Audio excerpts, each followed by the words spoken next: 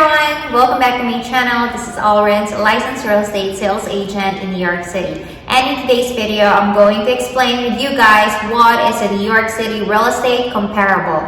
How a good comparable help you make an offer, and to know how much really is the value of the property you are trying to buy just by looking at the comparables. If you're new to my channel, please do not forget to hit that like and subscribe button for more videos like this, all about New York City real estate market, whether you're buying, renting, or selling. Today's video is all about real estate comparables, or what we call comps. So let's first define what is a comp. So real estate comps or comparables are units that are very similar to yours or the apartment that you wanted to buy.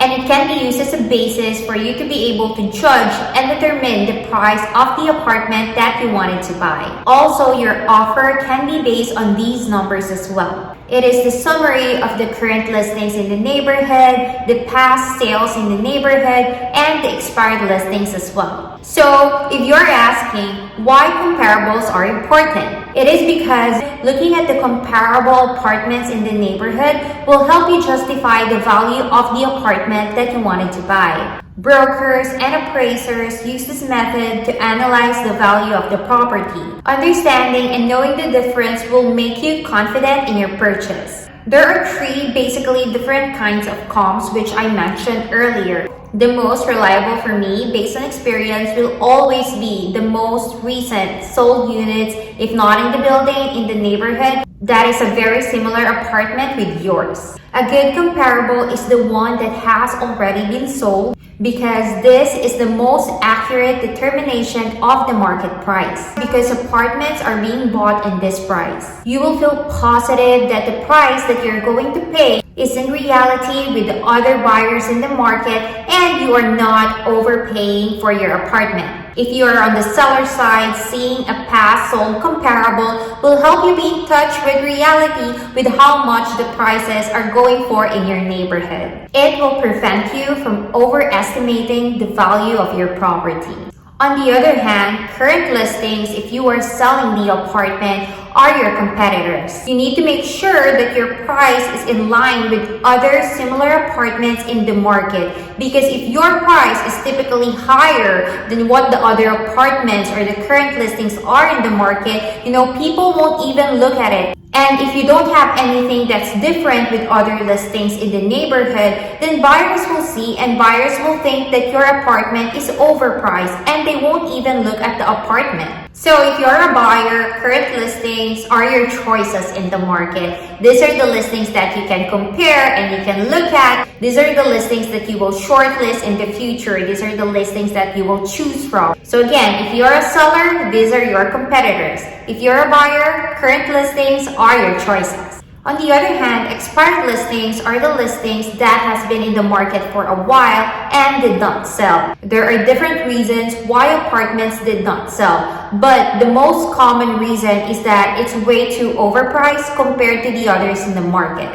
If you are a seller trying to evaluate the price of your property and you've seen an expired listing that is very similar to yours, you need to look at the price and the condition of the apartment. And if it's very identical and it did not sell, so if you're trying to evaluate it on yourself, you need to stay away from the price that they priced the apartment, because it's overpriced. You need to have your apartment just in price with the market, because you don't want to waste all your effort and all of your time showing, cleaning, and listing the apartment. In the end, it won't sell just because it's overpriced. So now that you know the different kinds of comparables, you're now asking me, how will I know if a property is a good comparable as the apartment that I wanted to sell or as the apartment that I wanted to buy? First and foremost, the most reliable comparable will be in the same building. If you found a recent sale in the same layout on the apartment that you wanted to sell or you wanted to buy, that's a really good comparable. So let's say, for example, apartment 5A sold 6 months ago and you wanted to buy apartment 10A. You need to look at the price of apartment A. And also on top of it, you need to look at apartment 5A. What's the finishes? Is it recently renovated? Did they change something? Did they open the kitchen? Did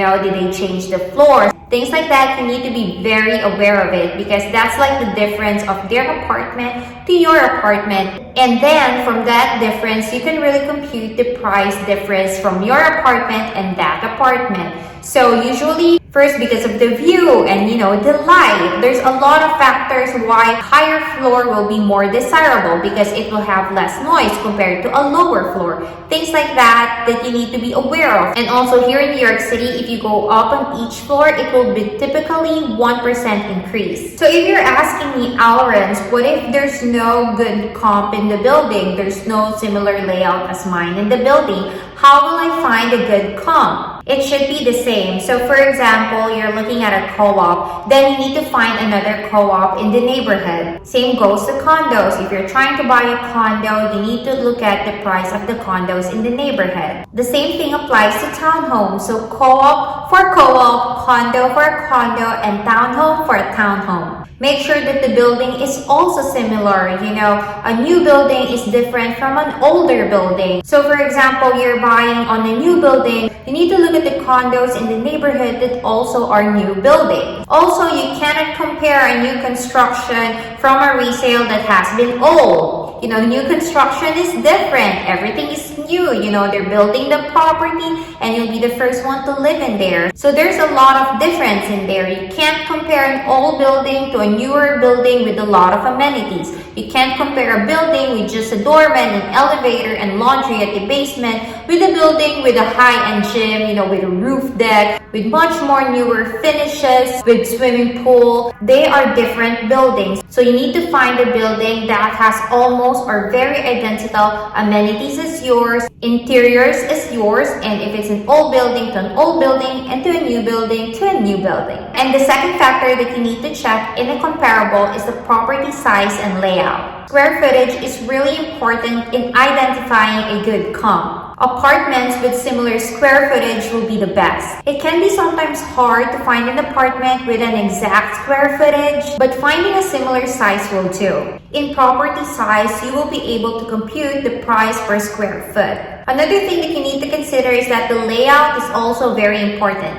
So let's say, for example, you wanted to buy a condo, one-bedroom apartment with balcony. Of course, you need to look at another condo in the same neighborhood that's similar square footage that is also a one-bedroom with balcony. It will be really hard to compare if you're trying to buy a one-bedroom with balcony in a condo on a condo with a one-bedroom without a balcony. The third thing that you need to consider in looking for a comp is the neighborhood. The comparable should be in the same neighborhood for it to be relevant. As neighborhoods are different, you really can't rely, for example, a one-bedroom with balcony in Midtown West compared to a one-bedroom with balcony on Midtown East. So let's say, for example, you wanted to buy a one-bedroom condo in Gramercy. You need to look at one-bedroom condos in Gramercy too, not in downtown Tribeca. The fourth thing that you need to consider is the interior of the apartment. When looking at comparables, interiors also matter. You cannot compare a newly got renovated apartment to an apartment that has been recently changed floors. That's very different because in a got renovation, you totally remove everything and renovate everything. You also can't compare an apartment that's recently renovated to an old apartment. An apartment with a washer and dryer in unit is not a comparable with an apartment without any washer and dryer. A new development cannot be compared to a resale because they're entirely different. Because in a new development, everything is new. It's built from scratch. On a resale, it's not. Fifth that you need to consider is the monthlies, the common charges, and the maintenance of the apartment. This, for me, will be the least factor that you need to consider in comparing an apartment. This is because high monthlies negatively impact a property's value, whereas on the low monthlies, it will positively impact a property's value. So they're entirely different stories. So to me, this is the least factor that I look at when looking at comparables. So there you have it, guys, the things that you need to consider when choosing a comparable. I hope you find this video helpful, and if you do, please do not forget to hit that like and subscribe button for more videos like this. And also, if you are a first-time home buyer looking to buy an apartment in New York City, and if you have any questions, I do give free buyer's guide to all of you out there. You could just message me on my email that is listed on the description box below. You can also let me know if I missed anything or you have any questions at the comment section below. So that's it. Thanks so much for watching, guys, and see you guys in my next video. Bye!